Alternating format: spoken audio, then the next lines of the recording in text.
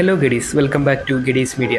ഇന്ന് നമ്മൾ കാണാൻ പോകുന്നത് മൂന്നാർ ടൗണിൽ മൂന്നാർ KSRTC സ്റ്റാൻഡിൽ നമുക്ക് KSRTC ബസ്സിൻ്റെ അകത്ത് വെറും 100 രൂപയ്ക്ക് AC സ്റ്റേ ചെയ്യാൻ പറ്റുന്ന ഒരു ഓപ്ഷനാണ്.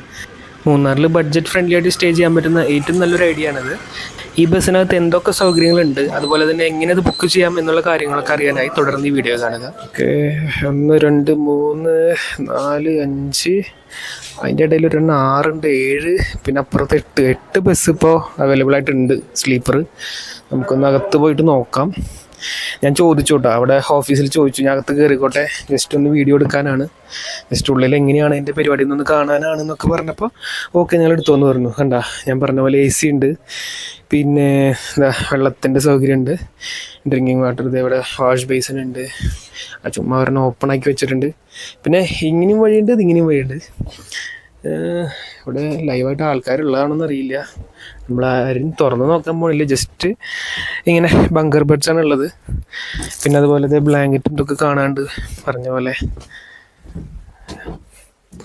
ഓക്കെ, ഇപ്പോൾ വണ്ടി AC ഒന്നും ഓണല്ല. ഇതുപോലെ ചുറ്റിനും നടക്കാനുള്ള സ്ഥലമുണ്ട്. കണ്ടോ, നൈസ്. ഞാൻ അപ്പുറത്തേക്ക് കിടക്കണില്ല.